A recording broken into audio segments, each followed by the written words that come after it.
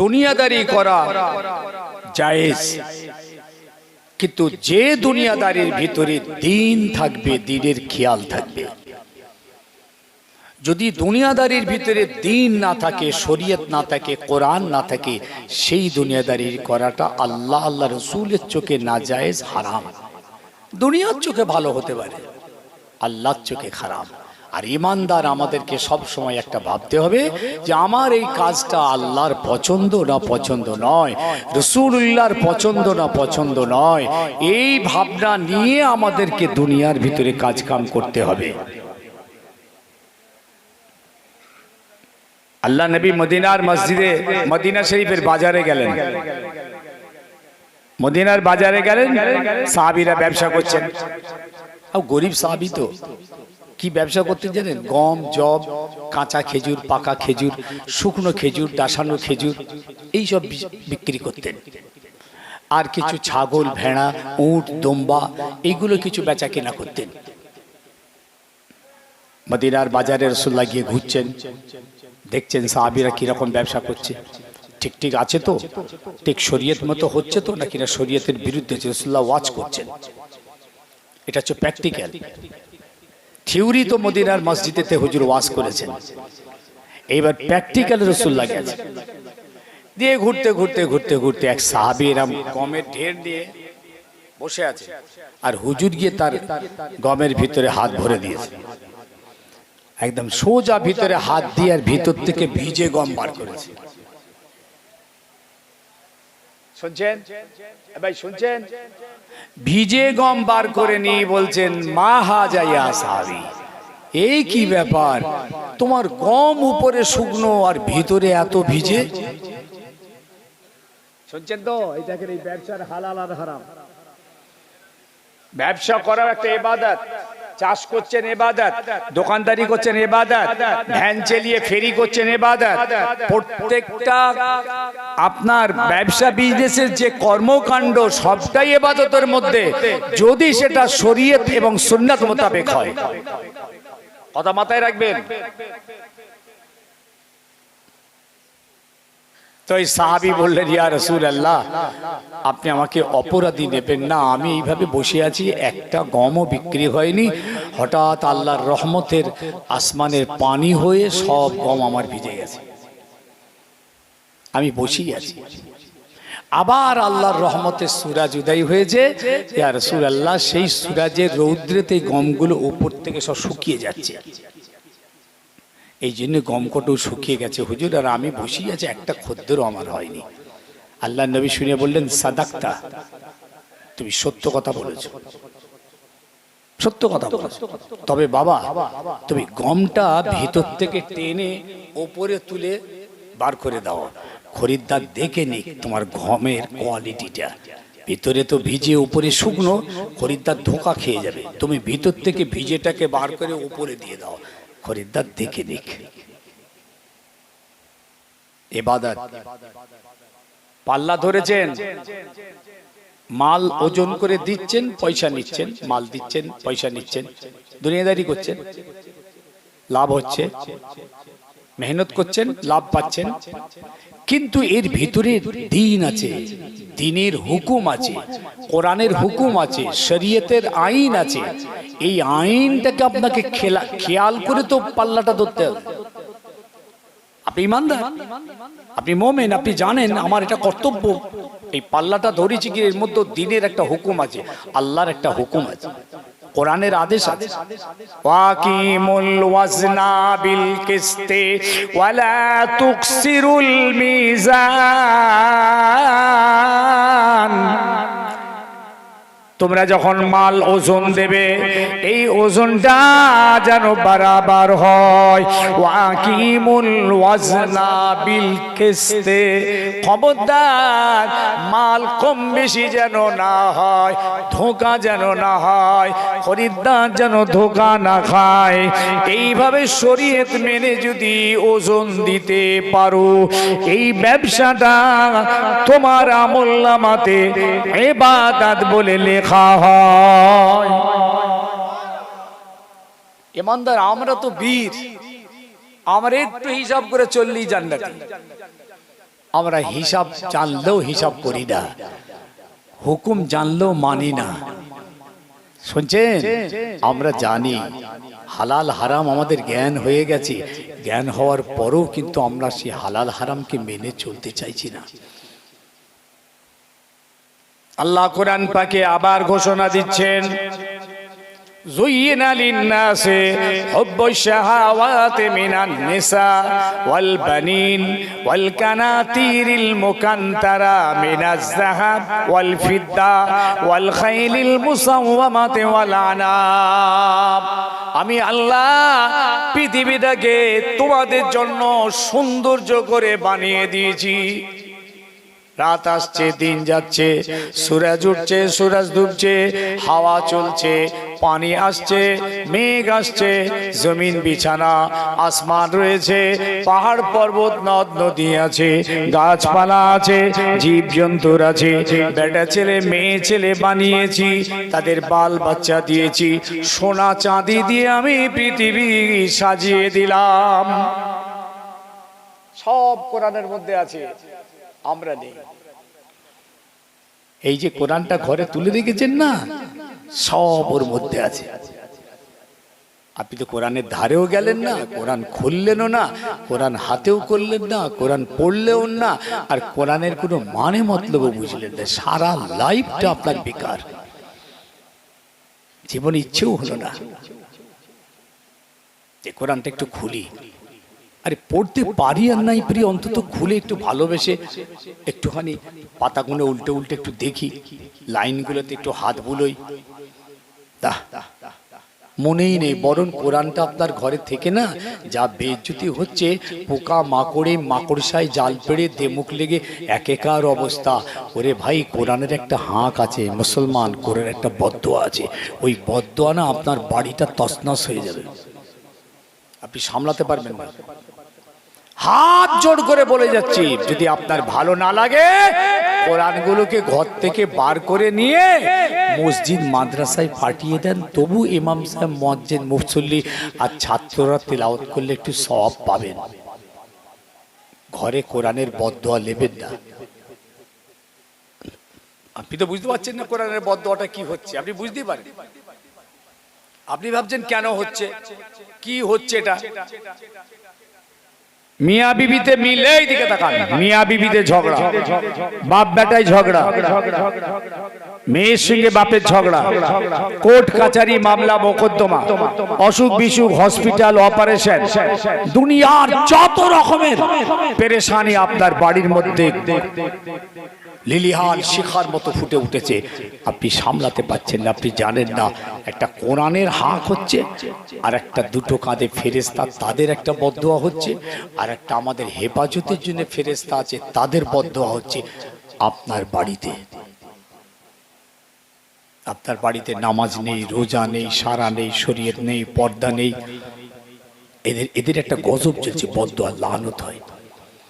সকাল থেকে সন্ধ্যে পর্যন্ত দুটো ফেরেশতা থাকে, এরা চলে গিয়ে শিফটিং হয়, আবার দুটো আসে, সন্ধ্যে থেকে সকাল 24 ঘন্টা আমাদের প্রত্যেকের সব কাছে ফেরেশতা আছে। আপনি ভাবছেন কি আল্লাহ আপনাকে এমনি ছেড়ে দিয়েছেন? আপনার আল্লাহর রেজিস্টার বুক এখানে নিয়ে দুটো ফেরেশতা কেরামান কাতেবিন বসে আছেন, ডান দিকে একটা, বাঁ দিকে একটা। আপনি ভাবছেন আমি লুকিয়ে করছি, কেউ জানে না, কোনো রেকর্ড নেই। লা ইউগাদিরু সাগীরাতান ওয়ালা কাবীরাতান ইল্লা হাসাহা মা লিহাযাল কিতাব লা ইউগাদিরু সাগীরাতান ওয়ালা কাবীরা। কিয়ামতের দিনে যেদিন ওই আমলনামাগুলো আমাদের হাতে দেওয়া হবে, ওই গুনাহগার বদকার আমলনামা হাতে নিয়ে অবাক হয়ে যাবে, বলতে থাকবে মা লিহাযাল কিতাব, কি হলো এই আমলনামার, কি হলো? লা ইউগাদিরু সাগীরাতান ওয়ালা কাবীরা, একটা বড় একটা ছোট কিচ্ছুই তো বাদ দেওয়া হয় নাই, সবেতে লেখা হয়ে হিসাব হয়েছে। ইল্লা আহসাহা।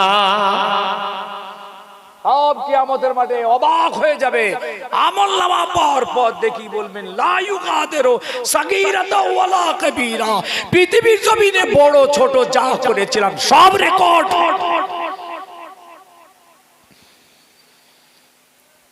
আপনি রেহাই পাবেন না, ছাড় পাওয়ার কোনো জায়গা নেই, সব রেকর্ড এখানে। আল্লাহ পাক কাঁধে দিয়ে রেখেছেন। আপনি ভাবছেন আমি গোপনে গোপনে মদ খাচ্ছি, গোপনে গোপনে সুদ খাচ্ছি, গোপনে গোপনে চিটিং করছি, গোপনে গোপনে জেনা করছি। আপনি গোপন আছে আপনার, সব রেকর্ড হচ্ছে এখানে। আল্লাহ কিয়ামতের দিনে আমলনামা যখন দেবেন, কেউ ডান হাতে পাবেন, কেউ বাঁ হাতে পাবেন। ডান হাতে যারা পাবেন এরা নেককার, বাঁ হাতে যারা পাবে বদকার। কেউ কেউ সামনে থেকে পাবেন, কেউ কেউ পিছন থেকে পাবেন। এটা দেওয়ার পরে আল্লাহ বলবেন ইকরা কিতাবাকা কাফা বিনাফসিকাল ইয়াউমা হাসিবা। পড়ো পড়ো, এই তোদের 70 বছরের রেকর্ড পড়, গলায় ঝুলিয়ে দেবে। কাতাইয়ে সিজিল লিলিল কুতুব, আমলনামাগুলো গোল করে পাকানো থাকবে, এরকম দলিল পাকানোর মতন এরকম পাকানো থাকবে। কাতাইয়ে সিজিল লিলিল কুতুব।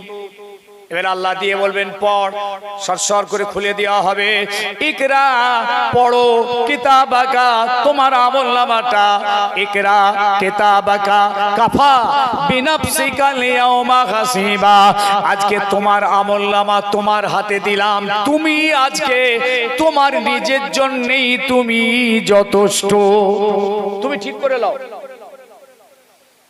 আমাকে আর কিছু বলতে হবে না। তুমি দেখে তোমার আমলনামার উপরে তুমি সিদ্ধান্ত নাও। পার পাবনি বাবা, কোনো রাস্তা নেই ভাই। একই কথা 1450 বছর ধরে পৃথিবীর জমিনে হচ্ছে। আজকে আমি আমজাদ যে কথা বলছি, 1450 বছর ধরে এই কথাটাই পৃথিবীর জমিনে নবী রসুল আলেম ওলামা হাক্কানি পীর মাশায়েখরা একই কথা বলে গেছেন দুনিয়ার মানুষকে। কিয়ামত পর্যন্ত এই কথাটাই হতে থাকবে।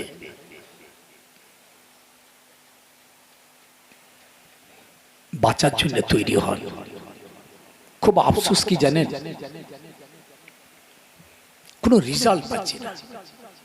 এই যে মেহনতটা করছেন, এই যে মেহনত আপনার, আপনি তো 1টা 1:30 2টো পর্যন্ত শেষ করবেন, যেখানে সকাল 7টা পর্যন্ত। কি মেহনত সেই লোকগুলো করে বসে আছে বলুন তো, ছেলেগুলো, মেয়েগুলো। মেয়েরাও শুনছে, শত শত হাজার হাজার মেয়েরাও আওয়াজ শুনছে, সারা রাত বসে আছে। একটু এই মেহনতের কোনো ফল নেই, জিরো। তার মানে আখিরাতের ময়দান আপনার বাঁচা কিন্তু জিরো। আপনি কঠিন সমস্যায় পড়বেন, কোনো রকম পাথেও আপনার নেই। কিয়ামতের মাঠে উঠে যে আমরা বাঁচবো, একটা পাথেও নিয়ে উঠতে হবে তো, কিচ্ছু নেই। কেন? মেহনতি কোনো রেজাল্ট নেই।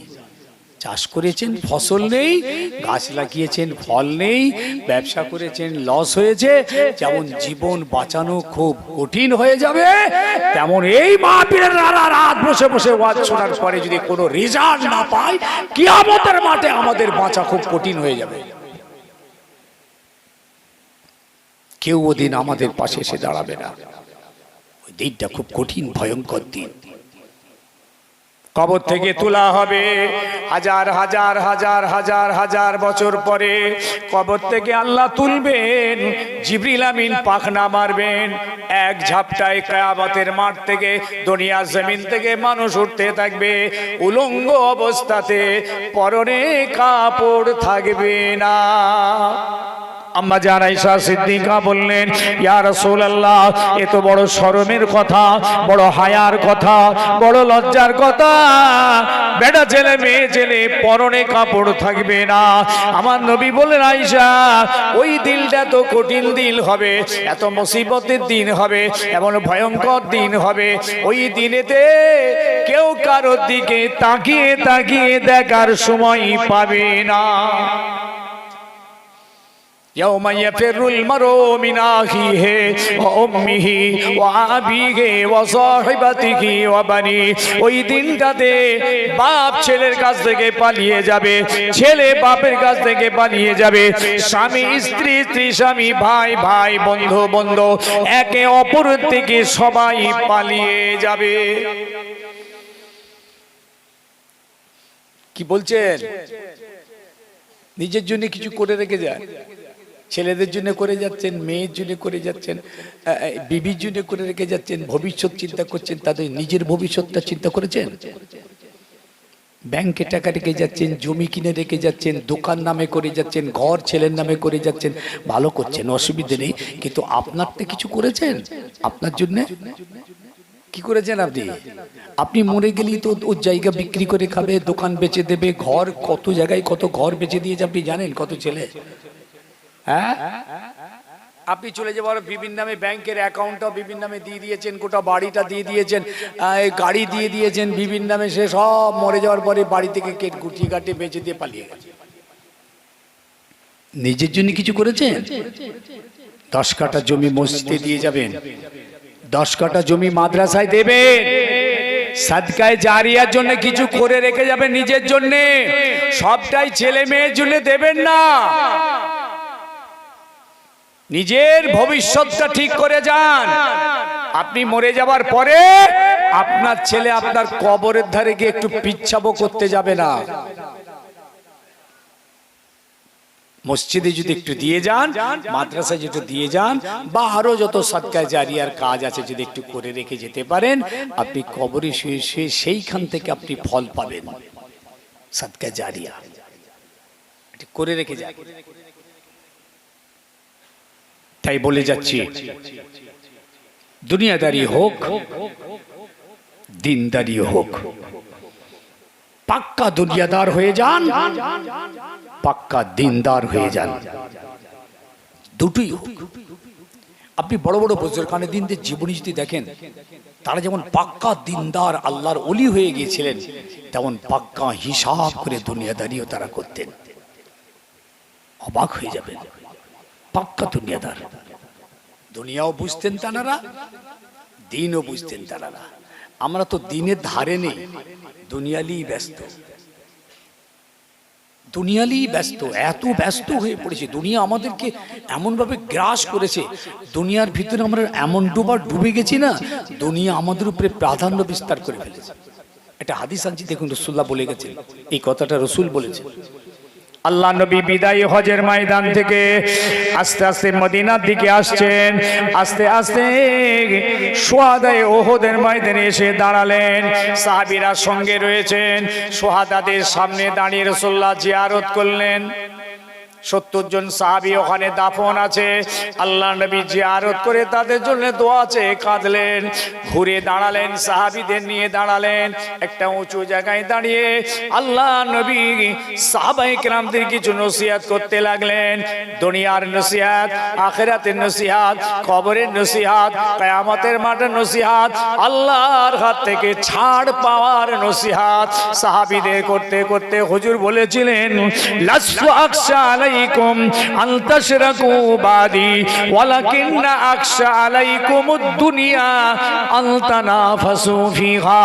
ও আমার সাহাবীরা, আমি দুনিয়া থেকে চলে যাব, আল্লাহর দিদারে চলে যাব, আমার মওত হয়ে যাবে, আমার এই চিন্তা হয় না আমার মরণের পর আমার উম্মত উম্মতিরা চাঁদকে খোদা বলবে, সূরজকে খোদা বলবে, প্রতিমাকে খোদা বলবে, গাছপালাকে সিজদা করবে, এ ভয় আমার হচ্ছে না। ওয়ালাকিন্না আকশা আলাইকুমুদ দুনিয়া তানাফাসু ফিহা, কিন্তু আমার একটা ভয় হচ্ছে, আমি দুনিয়া থেকে চলে যাওয়ার পরে আমার উম্মত উম্মতিরা দুনিয়ার ভিতরে ডুবে যাবে, দুনিয়ার স্রোতে হারিয়ে যাবে, দুনিয়া দুনিয়া করে তারা ছুটতে থাকবে, দুনিয়া তাদের উপরে প্রাধান্য বিস্তার করবে। এমন অবস্থা হবে, আল্লাহর কথা, রাসূলের কথা, কোরআনের কথা, হালাল হারাম, পাক না পাক, ন্যায় অন্যায়, হক না হক, কিছুই আর তাদের মনে থাকবে না। এই সময়টা আমার বড় চিন্তা হয়, তাদের ঈমানটা না নষ্ট হয়ে যায়। মিশকাত শরীফ সব রাসূলে পাক সাল্লাল্লাহু আলাইহি ওয়াসাল্লাম আমাদের সামনে রেখে গেছেন। আল্লাহর কোরআনের ভিতর দিয়ে সব ব্যবস্থা আল্লাহ পাক আমাদেরকে জানিয়ে দিয়ে গেছেন, কিন্তু আমরা কোরআন থেকে গাফিল, হাদিস থেকে গাফিল। সমাজের যে সমস্ত বক্তারা বেরিয়েছে, এরা দায়িত্ব সমাজকে সঠিক কোরআন হাদিসের তথ্যগুলোকে তাদের সামনে তুলে ধরা, কিন্তু দুর্ভাগ্য আজকের একটা ব্যবসায় পরিণত হয়েছে। এর আজকে অন্য রাগে মেতেছে, সমাজ জাহান্নামাই যাই যাক, আমার হালুয়া রুটি হলেই হলো। না কোরআন জানে না হাদিস জানে, উঠি 4-6-8টা গজল গানের সুরে। দাদা পীর কেবলা বললেন গানের সুরে গজল হারাম। উঠি গিবুত গিল্লা, উঠি পরচর্চা পরনিন্দা, উঠি রাজনীতির গল্প, আস্তাগফিরুল্লাহ। যদি তাদের লড়া ধরে আপনারা না নাবাতে পারেন, আপনারাও শেষ হবেন, আপনাদের জেনারেশনটাও শেষ হবে। ভাই জোরহাট করছে, আপনি নাবুন, আপনাকে ওয়াজ করতে হবে, আপনি নাবেন। পারলে প্লেন কোরআন হাদিস সুন্নাহ ইজমার উপরে কিছু আমাদেরকে বলেন তো বলেন, না আপনি জান পারবেন, পারবেন না।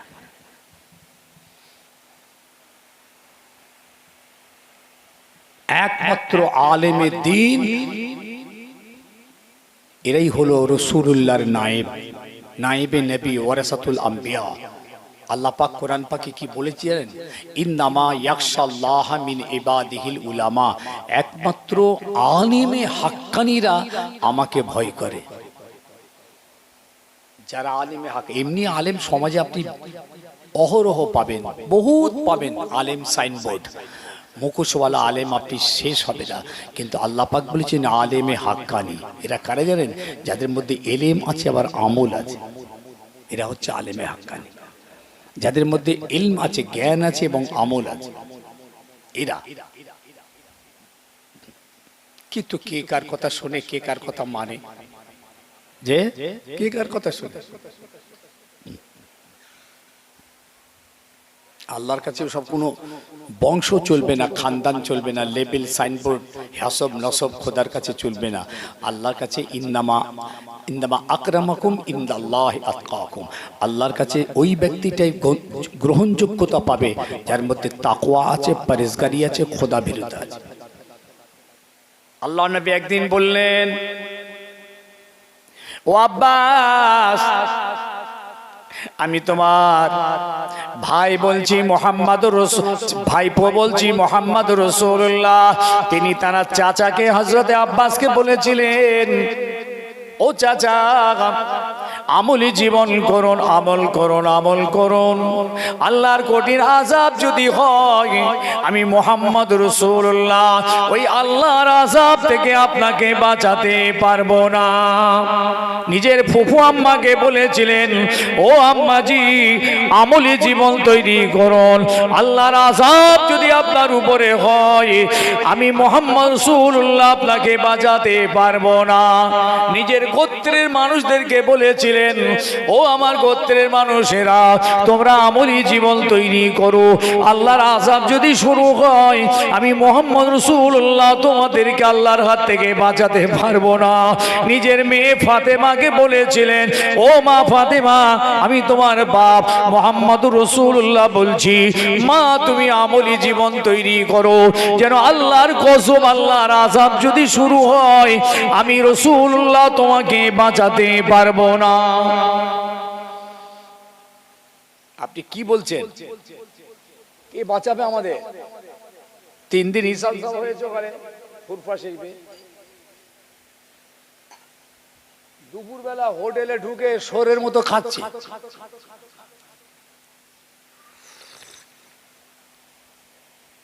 শোরও মনে হয় কম খায়, গরুর মতো খাচ্ছে।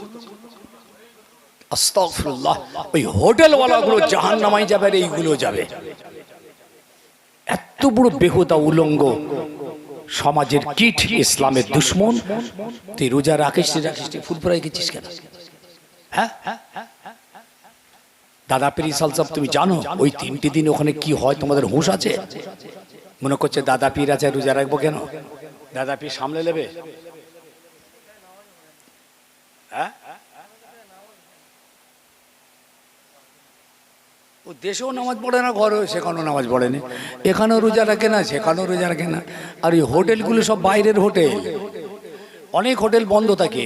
আর এই কতগুলো হোটেল আছে খুলে পর্দা দিয়ে ডেকে রাত দুপুরবেলা খাওয়াচ্ছে।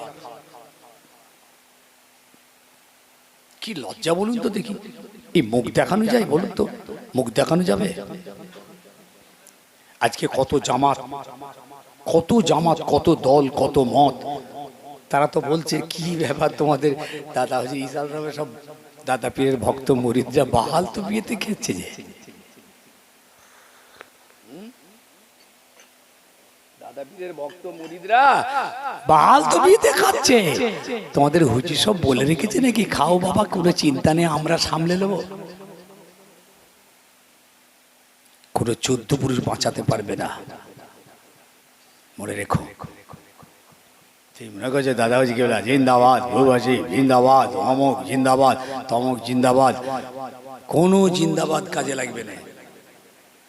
রাসূলুল্লাহ আল্লাহ পাক নিজে বলেছেন কো আনফুসাকুম, তুমি নিজে নিজেকে বাঁচাও জাহান্নামের আগুন থেকে, ওয়া আহলিকুম, তারপরেই বলছেন তোমার পরিবার বর্গদেরকে বাঁচাও জাহান্নামের আগুন থেকে। এই দায়িত্ব প্রত্যেকের, নিজেকে জাহান্নামের আগুন থেকে বাঁচানো আর নিজের পরিবার বর্গদেরকে জাহান্নামের আগুন থেকে বাঁচানো, এটা আমাদের উপরে আল্লাহর কোরআনের হুকুম, ওয়াজিব। কে বাঁচাবে কাউকে? কেউ কাছে। একদিন আমার নবী কাঁদছেন, দয়ার নবী, নূর নবী, চাঁদ নবী, হুজুর আমার কাঁদছেন। লাদরি লাদরি আনা রাসূলুল্লাহ মা ইউফালু বি ওয়ালা বিকুম। সাহাবীদের বলছেন বাবারা বাবারা, আমি জানি না, আমি জানি না, আমি মুহাম্মদ রাসূলুল্লাহ কিয়ামতের দিনে আল্লাহ আমার সঙ্গে কি রকম ব্যবহার করবেন, তোমাদের সঙ্গে নয়। কেন? তোমরা তো নবী নও, তোমরা তো রাসূল নও। আল্লাহ আমাকে রাসূল করে পাঠিয়েছেন, আল্লাহর দূত করে পাঠিয়েছিলেন, অনেক দায়িত্ব দিয়ে আল্লাহ আমাকে নবী করেছেন। তাই আমি জানি না কিয়ামতের দিন আল্লাহ আমার সঙ্গে কি রকম ব্যবহার করবেন। লাদরি লাদরি আনা রাসূলুল্লাহ মা ইউফালু বি ওয়ালা বিকুম। হুজুর কাঁদছেন, হুঁশ ফিরে যাবে। মুস্তাফা কাঁদছেন, অনেক দায়িত্ব দিয়ে আল্লাহ আমার উপরে কোরআন নাযিল করেছেন, আর তার বান্দাদের কাছে পৌঁছে দেবার অনেক দায়িত্ব আমাকে দিয়েছিলেন। আমি জানি না আমি কি করেছি না করেছি, পেরেছি না পারিনি, ঠিক হয়েছে না ভুল হয়েছে। আল্লাহ কিয়ামতের দিন আমার সঙ্গে কিরকম ব্যবহার করবেন তোমাদের সঙ্গে নয়। কেন? তোমরা কোনো রাসূল নও, তোমাদের কোনো দায়িত্ব ছিল না। হুজুর নিজের দায়িত্বের জন্য নিজে কাঁদছেন। যখন হজের ময়দান থেকে রাসূলুল্লাহ ফিরে আসছেন, গাদিরে খাম বলে একটি জায়গা আছে মক্কা মদিনার মিডিলে, ওই গাদিরে খামে রাসূলুল্লাহ দাঁড়িয়ে গেলেন, সাহাবীদের নিয়ে কিছু নসিহত করছিলেন। নসিহত করতে করতে বললেন বাবারা একটা কথা বলে যাই, আমি দুনিয়া থেকে চলে যাওয়ার পরে আমার কবর, আমার মাকবারাটাকে তোমরা যেন মসজিদ বানাবে না। আমার কবরটা সেজদার জায়গা বানিয়ে ফেলো না, যে আমার কবরে এসে সেজদা দেবে, কবরে এসে সব মাথা নিচু করবে, ঝোঁকাবে, এটা যেন না হয়। আমার মাকবারা, আমার কবর যেন সেজদার জায়গা না হয়। বললেন অন্য নবীর উম্মতেরা তাদের নবীর মাজারটাকে মসজিদ বানিয়েছিল, তাই আল্লাহর গজবে তারা সব শেষ হয়ে গেছে। সেই বুখারীর হাদিস। এই জন্য ইনশাআল্লাহ রাসূলুল্লাহর মাজার মুকদ্দাসের সিজদা তো পরের কথা, দাঁড়িয়ে মোনাজাত তো পরের কথা, 1 মিনিট দাঁড়াতে দেয় না।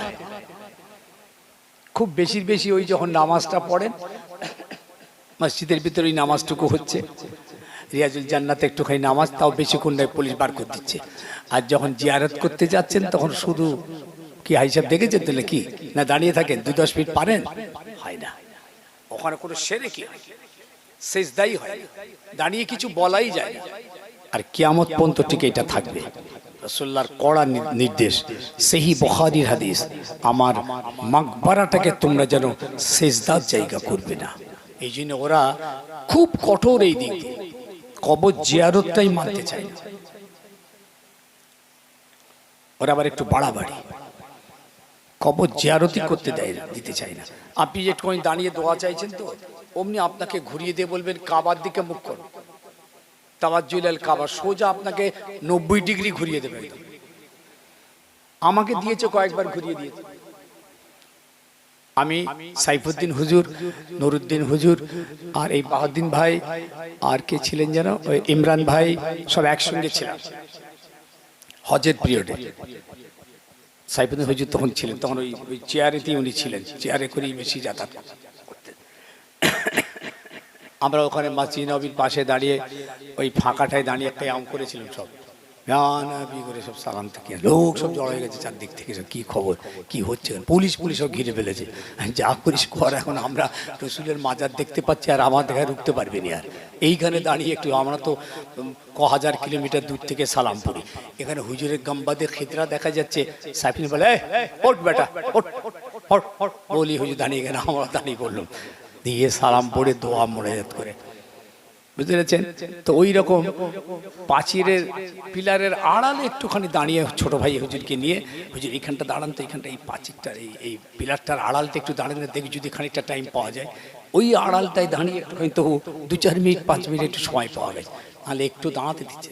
দেখতে পেলে একদম সোজা ঘুরিয়ে দিচ্ছে, কাবার দিকে মুখ করো, মাজারের দিকে মুখ করেছে।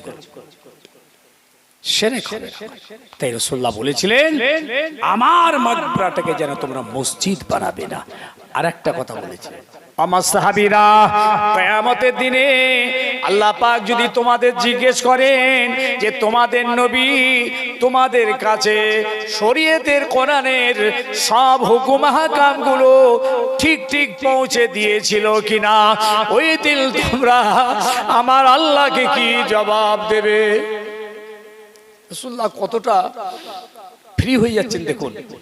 আমার সাহাবীর একবার বলো বাবা বলো, আল্লাহ যদি কিয়ামতের দিন তোমাদের প্রশ্ন করে, হে বান্দা তোমাদের নবী শেষ নবী আখেরি নবী মুহাম্মদুর রাসূলুল্লাহ সাল্লাল্লাহু আলাইহি ওয়াসাল্লাম তোমাদের কাছে আমার কোরআন হাদিসের শরীয়তের সব হুকুমগুলো ঠিক ঠিক পৌঁছেছিল কিনা, ওই দিন তোমরা আমার আল্লাহকে কি জবাব দেবে?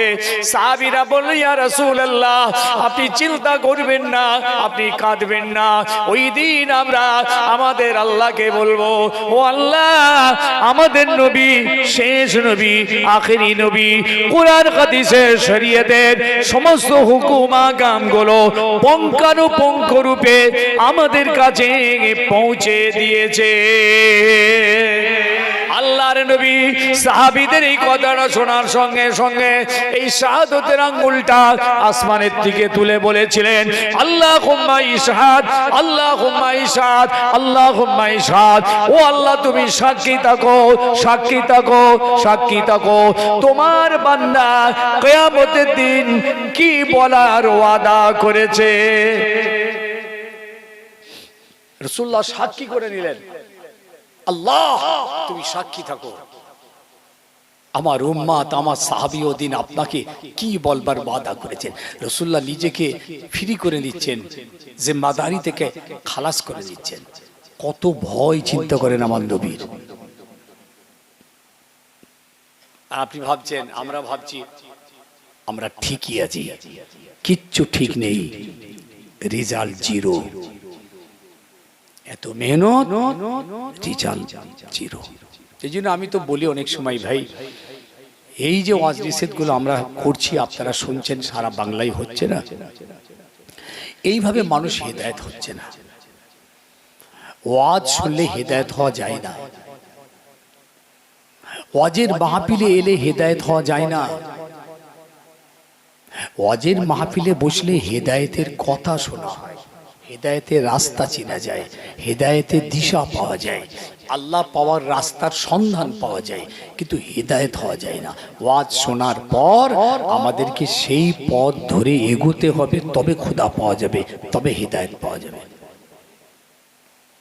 যদি বলেন হুজুর কিরকম কথা, আমরা এই জন্য এই ভালোবাসা মন নিয়েই তো আমরা ওয়াজ শুনতে আসি, দুটো হেদায়েত হওয়ার জন্য।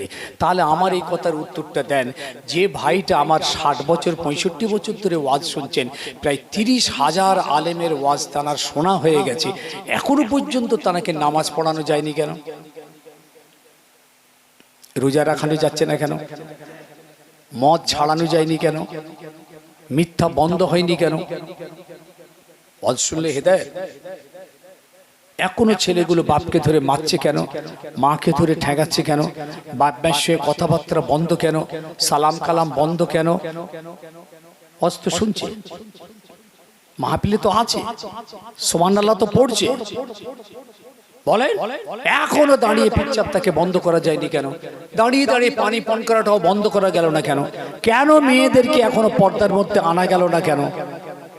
আপনি জানেন এই 24 পরগনার ভিতরে যে নিয়ম হয়ে গেছে যে পুরুষরা ওয়াজ শুনবে, মহিলারা ওয়াজ শুনবে, যার জন্য পুরুষদের যেমন প্যান্ডেল হয় মহিলাদেরও প্যান্ডেল হয়।